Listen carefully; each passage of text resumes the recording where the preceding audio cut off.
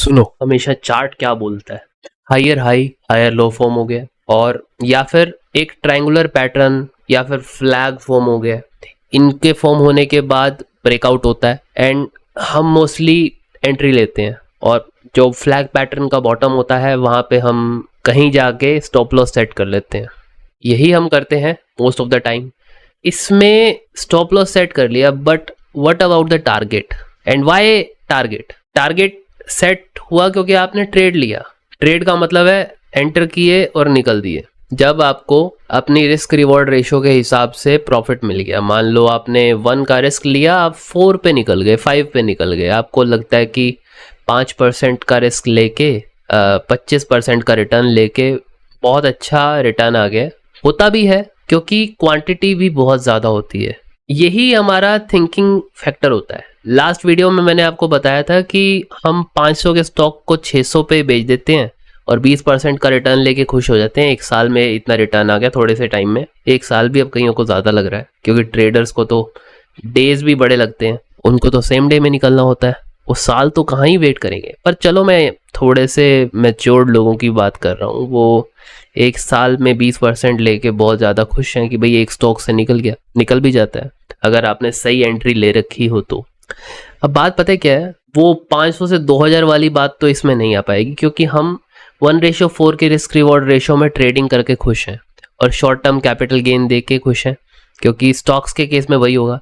Future and options में उसको business income consider करोगे तो वहाँ पर आपको इनकम टैक्स स्लैब के हिसाब से देना पड़ेगा। अगर 12-15 लाख क्रॉस कर गए उसके बाद फिर आपको 30% तक का टैक्स देना पड़ सकता है, जबकि स्टॉक्स के केस में अभी ये कितना है, 20% है शॉर्ट टर्म कैपिटल गेन, और लॉन्ग टर्म 12.5 है जिसमें 1.25 लाख का है, वो भी है, मतलब एग्जेम्प्ट भी है।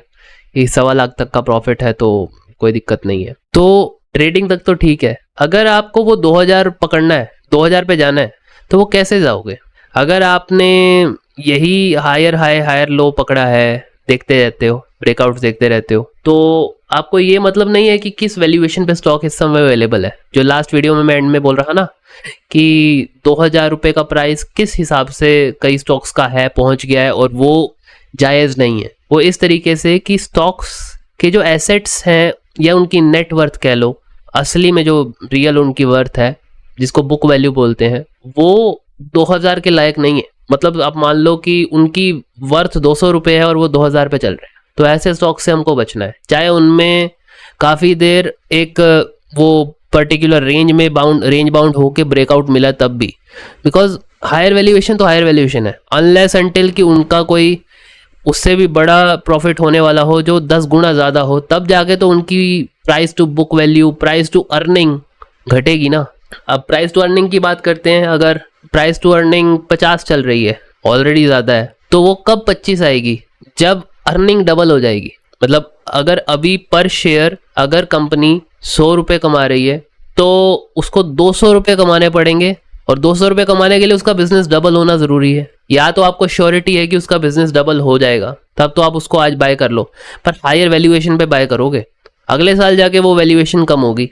या तो आप उसका वेट कर लो, सेफ हो जाओ, या फिर आपको कोई इनसाइडर न्यूज़ है आपके पास, तब जाके आप उसको बाय करो। पर buying at higher valuation and company के सफिशिएंट एसेट्स ना होते हुए, बुक वैल्यू उसकी इतनी नहीं है, तब भी आप हायर वैल्यूएशन पे बाय करी जा रहे हो। क्यों? क्योंकि उसने रेंज ब्रेक कर दिया और ब्रेकआउट हो गया, एक साल का हाई ब्रेक कर दिया है, खुश हो गए आप, आपको एक स्टॉक मिल गया जिसमें ब्रेकआउट मिल गया। समझ रहे हो? वहाँ पर प्रॉफिट होना मिल जाएगा आपको प्रॉफिट, ठीक है, आपकी ट्रेडिंग है तो वो जैसे मर्जी करना चाहते हो। अगर in case of any such incident जहाँ पर सडनली मार्केट रिवर्स होने लगी, पूरा मार्केट रिस्क जिसको बोलते हैं, आपने सुना होगा ना, investments in mutual funds are subject to market risk. वो मार्केट रिस्क क्या होता है कि पूरी की पूरी मार्केट के ऊपर कोई रिस्क आए, जैसे कोविड हो गया, जैसे 2008 का वो क्राइसिस हो गया, जैसे रशिया यूक्रेन वॉर हो गया, कुछ भी हो सकता है जिससे मार्केट फॉल करे, तो वो पूरी मार्केट के ऊपर रिस्क आता है। इसको सिस्टमेटिक रिस्क बोलते हैं, जिसको आप डाइवर्सिफाई करके कम नहीं कर सकते। मतलब आप बहुत सारे स्टॉक्स लेके अलग अलग सेक्टर्स के कम नहीं कर सकते, क्योंकि सारे के सारे सेक्टर्स मोस्टली नीचे गिरते हैं। जबकि आप उसका वेट करो तो आप अच्छे बार्गेन्स भी ले सकते हो, सस्ते शेयर्स भी ले सकते हो जो आपको वैसी वैल्यूएशन पे कभी मिले ना। फिर ये चार्ट का मतलब नहीं रह जाता। चार्ट्स तो फिर मतलब क्या आपको बता रहे हैं चार्ट्स का ना, मेरे को 8 साल हो गए हैं ट्रेडिंग करते हुए। मुझे सिर्फ इतना समझ आया कि जो चार्ट्स होते हैं ना, वो ये बताते हैं कि कोई बाइंग आई है कि नहीं, डिमांड या सप्लाई आई है कि नहीं, मार्केट में बड़े प्लेयर ने एंट्री करी है कि नहीं।